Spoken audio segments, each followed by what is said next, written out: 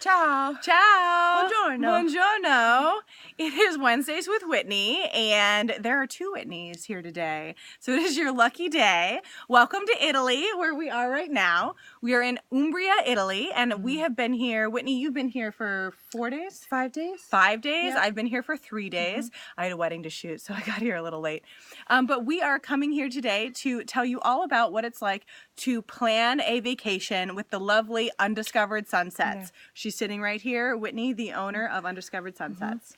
So Undiscovered Sunsets, we plan private, customized journeys around the world. So sometimes that could be a honeymoon, family vacation, weekend getaway, whatever it looks like around the world. We are putting all these itineraries together. Yeah. So, Whitney and I met about a year ago, February to be exact. Whitney came into Weddings by Design, where I worked very briefly and had a great time. And I was working as a wedding dress consultant right when I moved back to Des Moines.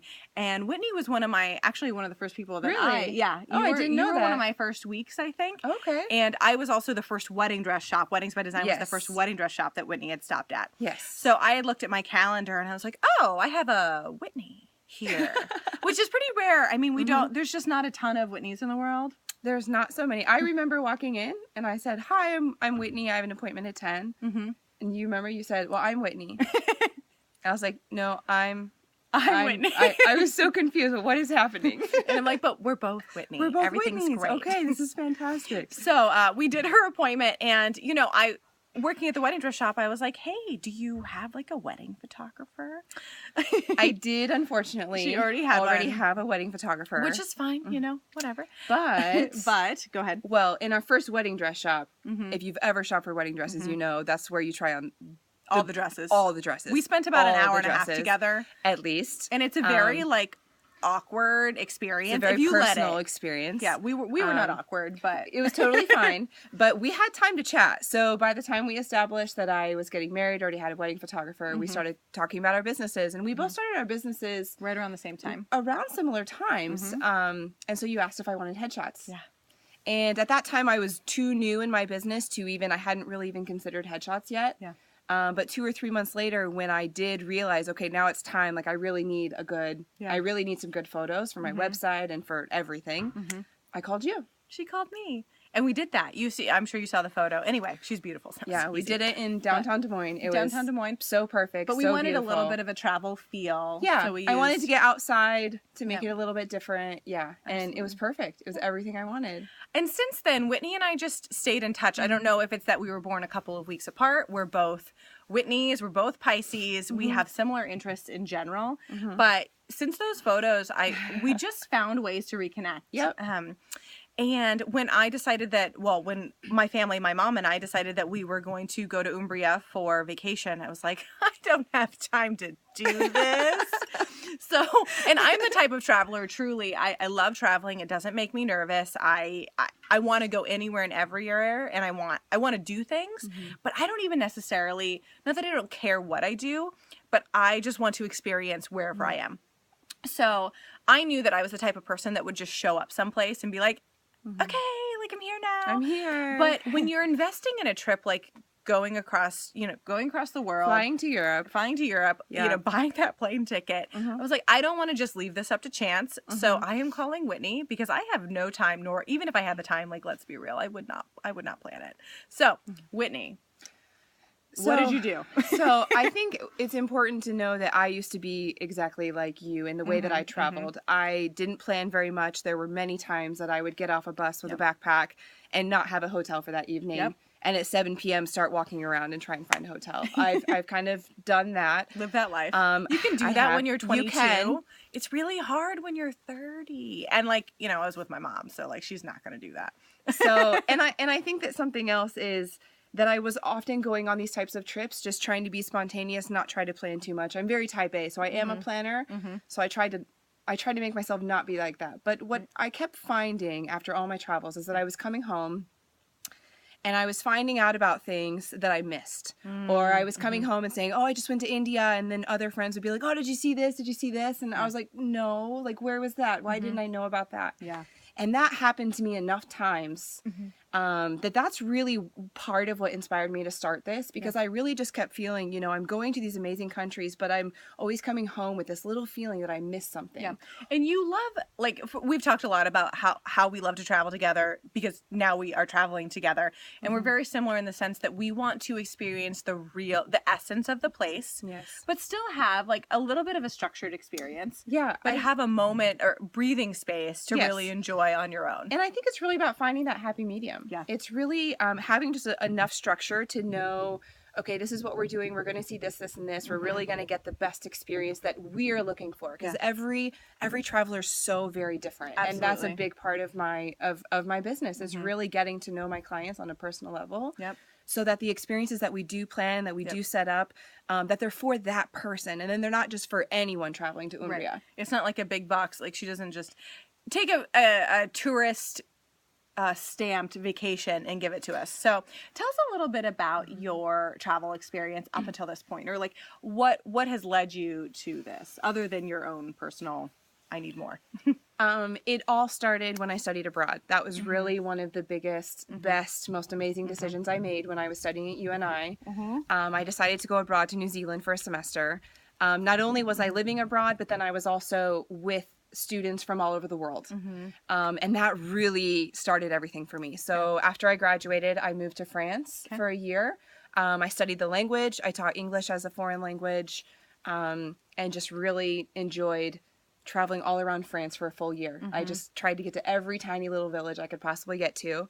And to continue teaching English as a foreign language, I moved to China. And I moved to China originally for 1 year. I stayed for 6. 6 years. I lived in China for 6 years. I was teaching English. I studied Chinese full-time in the local university, so I learned to speak Mandarin. And then I began working for Starwood in a 5-star hotel. Okay. So that kind of... Because you were fluent in both. I was fluent in, well, it was a French hotel. Oh, really? Le Méridien is a French hotel, so I was working for Le Méridien. So I actually interviewed in both French and Mandarin. Oh, and no English. I mean, I probably spoke English somewhere in there, but it just happened to be a French director and a Chinese human resources, and so I started working for them, and I stayed for 3 years, and I really enjoyed that position, and that's what first got me involved in tourism. You know, I was traveling personally all the time. I've traveled to more than 25 countries now, but that was very personal. And so working in 5-star hotels, that's what got me involved in more the business side of tourism. And I love that you have both sides of that knowledge. Yes, she's a personal traveler. That's a passion of yours, but also the customer service aspect. I mean, I talk about that all the time, that is what I value when I'm interacting with a big business or a small business, that the personal customer service touches are what I pay for. They're what I value. They're what I want to interact with. So when we were starting to plan our Umbria trip, we had a general timeline. Yep. And we had a place. So tell us, as you were starting your research, what does that look like on your end? Because we were just like, hey, we like to eat. Yeah. And we like to see cities. I don't even know what else we told you. I think that was it. I mean, just like to eat. Yeah, I don't know if there was really a whole lot of guidance there. It always starts with a date and or a place. One of those puzzle pieces has to be there. But I do kind of consider every trip to be like a puzzle. So we just start putting together the pieces. And so one of the first steps for me is I take a step back from putting together a day-by-day itinerary. The first proposal that I send to clients will never include day 1, 8 a.m., we're going to pick you up and we're going to go see this. Never. Nothing should be at 8 a.m. 10 a.m., 11 a.m. I mean. So I think the first step we did is they said Umbria, we're going to rent a villa in Umbria. We're going to go in late September. So that gives me an idea of the season of what's going on in Italy at that time. And I started just gathering experiences that were possible in Umbria in September. So we talked about having a chocolate making class. We talked about going truffle hunting with a dog in Nortia. We talked about just visiting the surrounding villages. There's surrounding lakes that we can go on boat tours. I just kind of started brainstorming and researching and putting together all of the possible experiences. So we had a meeting, 3 months ago, maybe? We met in June. So 3-4 months ago. 3-4 months ago. So we had a meeting, and Whitney brought this beautiful spread of everything that we could choose from. And I'm sure, you know, she had already done some editing based on what she knew that we were interested in, and said, here are the possibilities. What are you interested in? And we went through and talked about the pros and cons of each. Yep. And we decided on 5 or 6 different And activities. I like to see like what excites you most. I think there's always a few that people are like, that one we don't want that one. Yeah. And then there's a few that are like, this has to be in this trip. Yeah. And then there's a lot of middle ground. And we really love going to a city and getting a little bit of history and then walking around by ourselves. So we opted for a lot of 2-hour tours of cities, so we could get the history, but then do some shopping, explore on our own. And that was really important. And that's that first step of the putting together that puzzle is so important for me, to really get a feel for each client, because some clients really just want to pack the day from 8 a.m. to 8 p.m. I want to go, do. And others want free days, and they don't want a guide. They don't want the history and culture. They just want to explore and roam. And you guys are kind of in the middle. So that initial conversation tells me so much about each client. And that's how I'm able to start really curating personalized itineraries for people. So we gave her the go-ahead, and it just said, here's what we're interested in. And really, it was all you from there. I sent her like all of my travel documents and information that she needed to book things. I told her when I could come and when I was leaving. And a month ahead of time, I received a beautiful orange envelope in the mail with every single decision that had been made. I received all my plane, trains, automobiles, all of that information. And I looked in there and I was like, great, okay. And I literally, I knew it was great. I did a brief look through, and then I really didn't read it until I was on the plane. And it was great because I didn't have to think about that. And for me personally, very constantly being a planner for other people, it was so amazing. And I have to say, yesterday in particular, so one question you might have is, how is Whitney on this trip with us? And really, that was another one of those things. So Whitney and I have probably seen each other in person maybe 5 times in our life. But I have loved every single time we have had these expansive conversations. And I knew, she loved to travel, that she hadn't been here. And I was like, I need a buddy. So she volunteered to be my buddy. Well, I asked her, I sort of was like, you should probably be my buddy. And it wasn't difficult to agree. No. I was like, give me 24 hours. But really, I needed about 10 minutes. I was like, I'm going to go. This is going to be great. She's my buddy. Anyway, so that's how that happened. But where was I headed on that? We were talking about how I did all the planning and sent you all the documents. Yeah. And yesterday you were going to talk about yesterday. Okay. So yesterday started with a city tour of Perugia, which was a beautiful hopping university city. And we had the most amazing 2-hour lunch, which some people, I know that's not their thing. And it was sort of an accident, but it was a beautiful accident. It was amazing. It was so, every course was perfect. It was perfect. And you just have to lean into it when you're about to have a 2-hour They lunch. just make you slow down. There's no controlling the situation. Absolutely. The food comes when the food comes. It's delicious. It's amazing. 2 hours later. So good. Bellies are full. We're happy. So full. So full. And then we traveled to the next city, and we were in Assisi for the afternoon, which is incredible. A very, very chill, historical city. And so beautiful. Oh my gosh. And the most beautiful cathedral.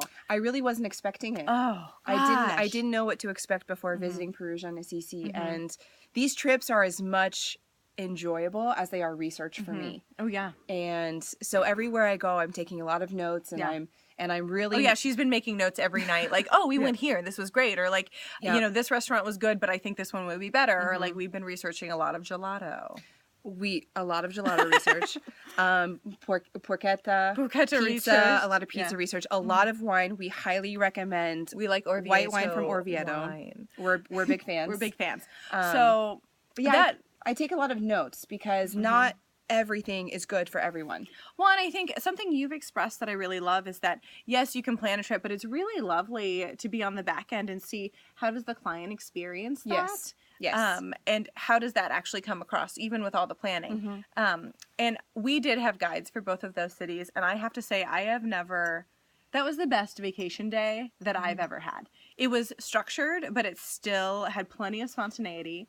We actually at one point had to push our car out of a ditch. We did push our car out of a muddy ditch. So we're like in the ditch, and we're like all Iowa farm girls. Iowa farm girls. We're like, get out of the car. We're gonna push it. We're stuck. It's no problem. Yeah, we got this. So we pushed the car out of the ditch. We pushed the car out. Great. We didn't get dirty. We didn't get dirty. And then at the end of the night, we're driving home, and it's dark, and we just had like a lot of pizza, like a massive amount of pizza. And I like screamed. I was like, there's a pig. And so there was a pig running across the street that and was then not they even just a kept street. coming. They kept coming. And then 13 wild boars last night.